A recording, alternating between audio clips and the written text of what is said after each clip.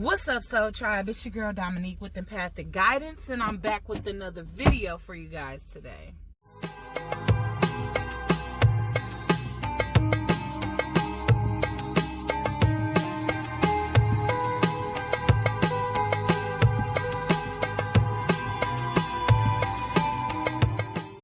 Alright guys, I'm literally trying to find some lotion because I just washed my hands. Yes! Oh my gosh, some good ass lotion too. Okay, so today we are back with another segment of Empath and Narcissist 101. And I'm here to talk about triangulation at this time because somebody that I'm becoming very close with, because she's going through a similar situation right now. She is going through the discard phase of her relationship or marriage. It's a marriage, not a relationship. So that or was me correcting myself, not me saying either or, but she was married. She is married, now separated. But she's going through the discard phase right now in her marriage, and today we brought up something that she's now experiencing now that she's chosen to go no contact from her narcissistic husband. And of course, the viewer will remain nameless at this time. This is a very private and detrimental time in her life, in her relationship. So I'm definitely going to respect her privacy, and like I said, keep her nameless or whatever. And if she so chooses to come forth, because we both agreed that we would like to make a support group for the other members of Empathic Guidance, the Soul Tribe of Empathic Guidance, that have been through narcissistic abuse, because it's quite a few of us that have endured the same or similar situations when it comes down to narcissistic relationships. So with that being said, you guys, that's in the making. No, it's not quite figured out. We just basically brought that up today. But today I want to talk to you guys about triangulation, and what I was explaining to her today, and it hit right on the head, is that triangulation is something that a narcissist does in order to get people on their side.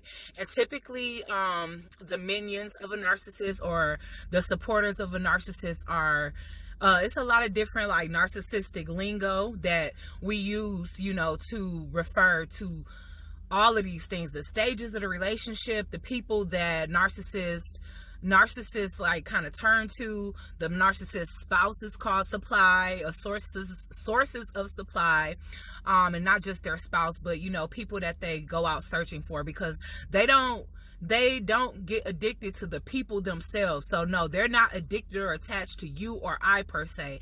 They're addicted to the fuel that we give them. So whatever confidence or ego boost that they get from somebody that's very loving and that loves selflessly like an empath, that's the feeling that they're addicted to. They're addicted to the constant praise. They're addicted to, you know, how we like to people please, because essentially most empaths, or you know, codependency was created out of us because we were always treated from childhood like we weren't good enough. So you know, essentially we people please, and that's what they like. So that's the reason why, again, I'm just explaining this to somebody that hasn't seen previous videos. That's the reason why we are that flame and they are that moth, and drawn to us because they see that healing quality within us. So even though empaths initially aren't very aware of, you know, a narcissist, or what a narcissist is, they're very aware of what we are. And you know, in a sense, they kind of seek out these qualities in a person because they know that we are premium supply.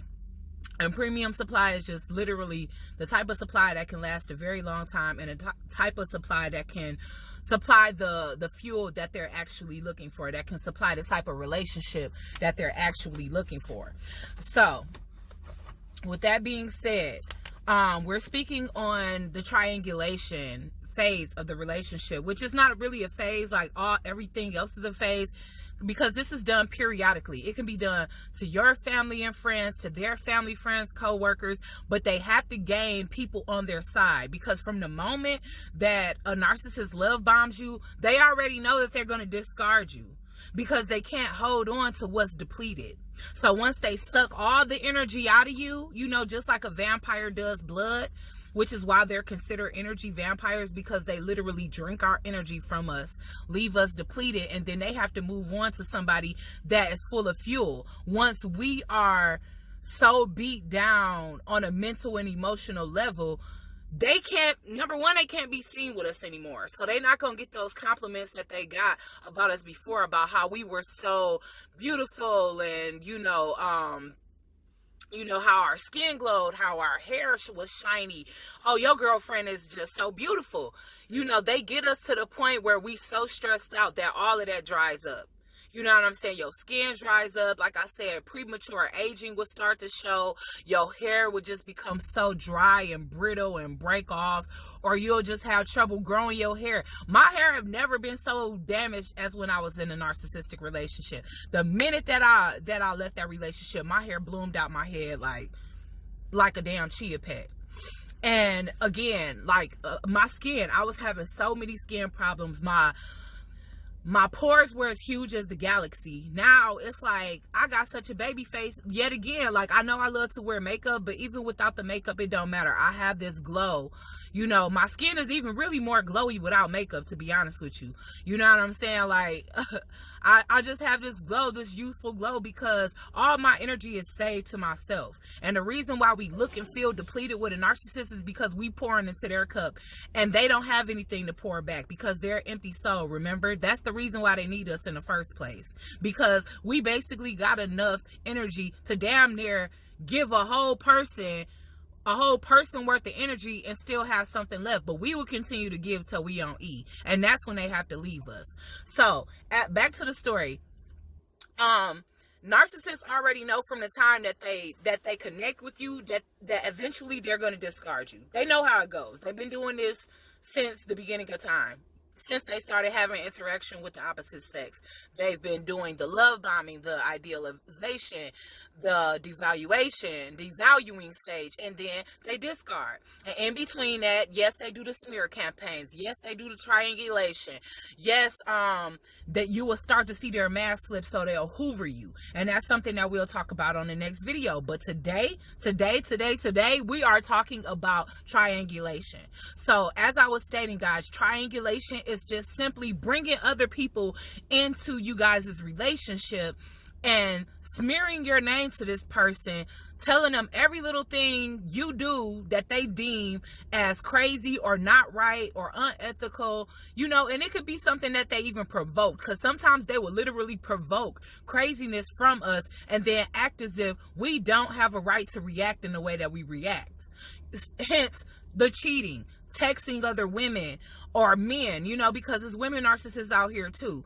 Cheating, texting other women, you know, having an affair, just doing inappropriate things, keeping in communication with their exes, which we'll also talk about, because they relentlessly have to do that to recycle old supply. Once that old supply is no longer depleted, once they regain their beauty, they strengthen their energy, then, hey, if the person that they left for start acting up or they become depleted, they'll go back to the person that they left for that person.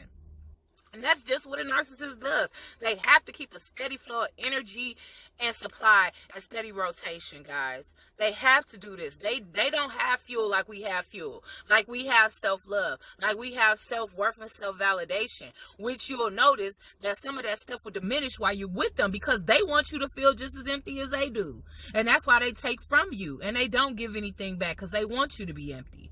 If you're empty, you're powerless. If you have no self-esteem, then how can you leave them?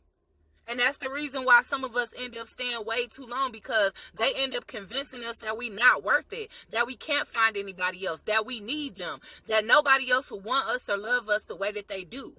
That's the reason why they do it. They do it all so you can put up with more. Okay? And that's the reason why they do triangulation as well. Not only to not look like the bad guy, because like I said, they already know when they first get with you that eventually, whether it's months or years, they're going to end up discarding you. Once you're empty, you're of no use to them. They have to get rid of you, find new premium supply, find somebody that's full of life, full of energy for them to suck dry, full of confidence so that they can kill it. Okay, so all these beautiful things that they look for in a person, it's only just to break it down. It's only just to gain what that person has. You know what I'm saying? To transfer energy, to give that person their empty feeling and to take that person's feeling of completion, that their feeling of, you know, confidence, of, you know, being sure of themselves. They don't like others feeling like that because they don't feel like that about themselves. So they will get your family involved, their family involved, their friends involved, and other people, and they will talk about everything you do, you know, whether it was a bad day or whether it was something that they did to provoke you to act out of character. They will talk that behind your back. They will let everybody know, you know, I don't know what to do about your sister, or I don't know what to do about your daughter, or I don't know what to do about your friend, but she this, that, and the other. Okay, so this is kind of in their brain. This is giving those people a heads up so that when they leave your ass for somebody else, or they ghost you, and everybody is looking like, damn, I didn't even think that person was like that, then they already can come back with that rebuttal of, well, I already told you how she was. I already told you she was toxic, that she crazy, and I tried. I'm a good man. I really tried to put up with her shit, y'all. And I just couldn't anymore. I had to leave. They always become the victim in the end, no matter how bold they leave your ass. And like I said, they never discard you in a time when you most empowered. They always discard you at a time when you need them the most. Like, I used one example last time, but I'm going to use a few. They will discard you while you in the thick of a sickness. You can be literally on your deathbed, just had a heart attack, just had a stroke, just recovered from cancer. Because that's the case of my friend that I've been talking to. She just recovered from breast cancer, went back to work, just got on her feet, and now suddenly her husband is ghosting her for someone else. And now that he see that she not reacting in a way he want her to flip out and cry and kick and scream, and she reacting as calmly as she can, so now he's trying to do what? Hoover her. He's getting everybody involved, all her family, all her friends, her kids, telling them that he loves her so much. He want her. He don't know how to live without her. Why did you do what you did? Why did you do what you did if you love me? No, it just didn't happen the way he wants. So he wants to come back in, put that leg back in the door so that he can do the damage that he intended to do, since he was unsuccessful. But see, where his plan failed, where my friend's husband's plan failed, is he tried to triangulate his family, her family, and other people. And these people on his head. So he's experiencing multiple narcissistic injuries because nobody is on his fucking side. He know what he did is wrong. And the fact of the matter is, his family is smart enough to know that my friend, his wife, is a good person. So they not taking his side for what he did. Period. So here he is trying to do the damage control so that he can get back in there to try again. And it's not to try again to make it right. It's because he went, as he's walking away, he's realizing that she's not quite as hurt as he planned for her to be. And that's exactly what a narcissist will do. If they didn't do enough damage, they will come back to finish the job. They want a fucking fatality. And even if that's not an actual death, they want to leave you so depleted that you damn near feel dead inside, if not nothing else. So, you know, I spoke these words to her today because I definitely wanted to let her know what this is and why he's involving her family even after what he did over the weekend. And she was blown away. Like, that sounded like my whole situation. But the fact of the matter is, all of us, every single last empath has either went through this or is going through this right now as we speak. If not, you could be at the beginning stages and not even know you with a narcissist. But once you've been with that really, really bad narcissist, you can never forget what their qualities are. And I'm so glad that I educated myself this time, because I've been with multiple narcissists in this lifetime. And the reason why I continue to repeat was because I wasn't learning. I wasn't recognizing that residual energy. I wasn't recognizing that repeated, recycled energy of the same person in a different body. The same energy with a different face. I wasn't recognizing that. So this time was the most painful discard of all, because it was time for me to learn. Spirit, the Most High, universe, source, did not no longer want me to repeat this lesson. And that's why I got dragged to hell and went through my dark night of the soul and everything, and had my awakening and everything. Once you've woken up, none of these people can get past you. Now, instead of me being premium supply, I'm literally a narcissist's worst enemy, because I'm too smart for them. A narcissist will literally hate my guts. They'll try their best to bring me down, because at the end of the day, they can't fool me anymore. So where I have went from being on a favorite for a narcissist, now I'm like least favorite, because they know I know. I'm calling them out. I'm calling all the signs, symptoms, things that they do, phases of their relationship before you can even get into one, sweetie. Because if you meet somebody like this, run the other way. If you meet somebody that's trying to move way too fast, that it seems funny to you or it don't seem right, run the other way. Because 9 times out of 10, the reason why that person is moving so fast is because they want to get you to a point of pinning you down before you can really see their true self. If you take too much time to get to know them, you may change your mind. Like, I don't want a commitment with you. They have to lock you down in that love bombing phase. And if they don't do it with commitment, they'll do it with sex, especially if they know they good in bed. They'll trap you with some good sex and make you want a commitment with them. Like, you know, they'll do everything. Like, you know what, I ain't ready to lock her down yet, but it doesn't matter how fast or how slow. However quick a narcissist moves with you, if it ain't, oh, they got into a relationship with you so fast, it'll be by the time y'all get into a relationship, the next day they moving in. Or 6 months into a relationship, you pregnant by them. Because they want to secure that. They never get rid of their exes. Any ex that isn't aware that they are actually a narcissist and that thinks that, oh, they have time to evolve and grow and they might come back. Those are the type of people that a narcissist can get back time and time again and discard time and time again. Anybody that maintain any kind of hope that a narcissist can change, that's the type of supply that they love. People like me that live and learn, like, oh, okay, this what the hell that is. I see what you're doing here, bruh. You're trying to turn my family against me. And another reason why they do that is not only so that they don't look like the bad guy, but also so that thinking and hoping that whatever smear campaign they running on you, that it's going to have all your friends and family turn they back on you, so that you don't have no choice but to come back to them because you feel like you don't have no support, no love, no friends, no family. They want you to isolate yourself so that you can need them.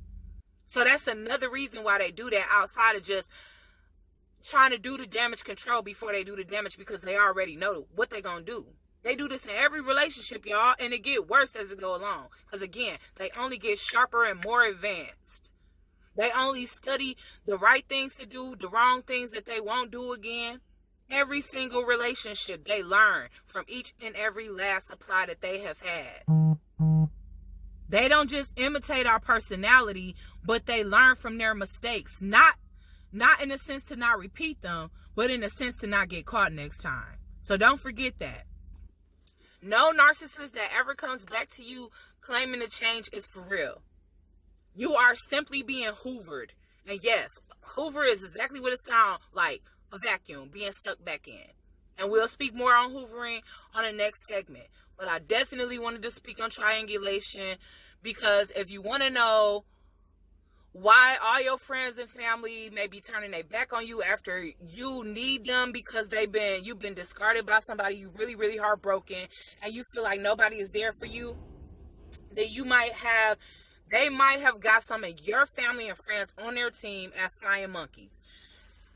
And flying monkeys is, like I said before, simply just a term used for the people that are actually on the narcissist side, because they have no idea what the heck a narcissist is. They see this person as a good person, just as you seen this person as a good person when y'all first met. So when they come to you, when they come to whoever they're trying to triangulate into your relationship, whether it's a new source of supply for them or just family members and friends that they want to get to turn against you, so you have less of a support system when they dog your ass out. These people have no recollection of what's going on. They don't realize that this person is a negative person. Why? Because you probably kept that shit to yourself. You probably too embarrassed to tell your family what the hell you going through. You know what I'm saying? So for a person to just actually be able to see through a narcissist is literally either because they dealt with one themselves or because they truly know you. But it worked. I mean, my brother-in-law got triangulated into my situation. You know what I'm saying? And he honestly believed me. And it took for us, we didn't really make up until Christmas. You know what I'm saying? So from September until December sometime, it was like I didn't even feel comfortable visiting my sister because my brother-in-law was triangulated. And that was exactly what the narcissist wanted. They wanted for me to not be allowed around my sister, to go to my sister's house, because they put me in a position where my brother-in-law was looking at me like I was the evil bitch for leaving them because they were abusing me on a mental and emotional level, because no, this person wasn't physically abusive at all. I'm not going to sit up and lie on anybody. I will tell the truth though, and the reason why I do is because people need to know this. Yes, this generation is going through this heavily. But think about when our kids grow up and when our kids' grow up. Think of how much awareness would be out there. The reason why so many videos out here now bringing awareness to narcissism is because so many people have experienced it at this point. And people that genuinely care, and people that genuinely care about mankind, they're not about to go through something this traumatic and experience all kind of personality disorders and phobias after dealing with a person like a narcissist and not speak up. People like you, me, and others, we are out here raising awareness to this shit so it can stop. Let them all be together. Let all the narcissistic women and men be together on their own little narcissistic island, have narcissistic kids, and just be on a land of fucking grandiosity. Let them do this on their own. But let's stop allowing them to tear us down, to dim our light, to change who we are, to dismantle our characters, to dismantle our confidence. Let's stop allowing that. Because there's so many empathic people out here that was meant to shine, and they crushing us like canned pops out here. They are. And it take a long time to redevelop yourself and reinvent yourself after they tear you down. So that's the reason why I'm bringing awareness, because if I can actually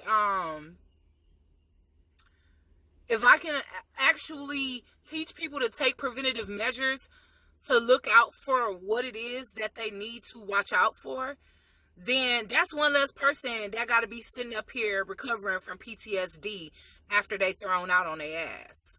That's one less person that have to lose everything that, you know what I'm saying, things that may have took them years to, assets and things that may have took them years to develop, years to establish, ripped from under their feet because they ghosted by their narcissistic partner. This is preventative measures against suicide, suicidal thoughts, somebody wanting to do that, because a narcissist will make you believe that you are simply worthless, that they only feel like this, that their feelings are valid, yours are not, and that they feel like this because you truly are not enough, you truly are worthless, you truly are lack value. That's what they really want you to believe. They want you to walk around with your head hanging down. That way, when they want to pick you up, you lacking the confidence that it takes to actually move forward and believe that you deserve better, and you will take their ass right back. That's their plan. They never get over their exes. They never stop fucking with their exes. Trust and believe me, the only way that they would stop fucking with you is if you go no contact and stay no contact. And that's another subject for another day. So I really hope that this video was informative to somebody that may be going through this, or if you know somebody that's going through narcissistic abuse, please raise awareness to them. Share this video. Give it a thumbs up. Comment your situation down below, because we do want to help more narcissistic victims evolve from the pain, turn their pain into power, speak out. I want every single person's voice to be heard that's going through something like this. You never know who this can help.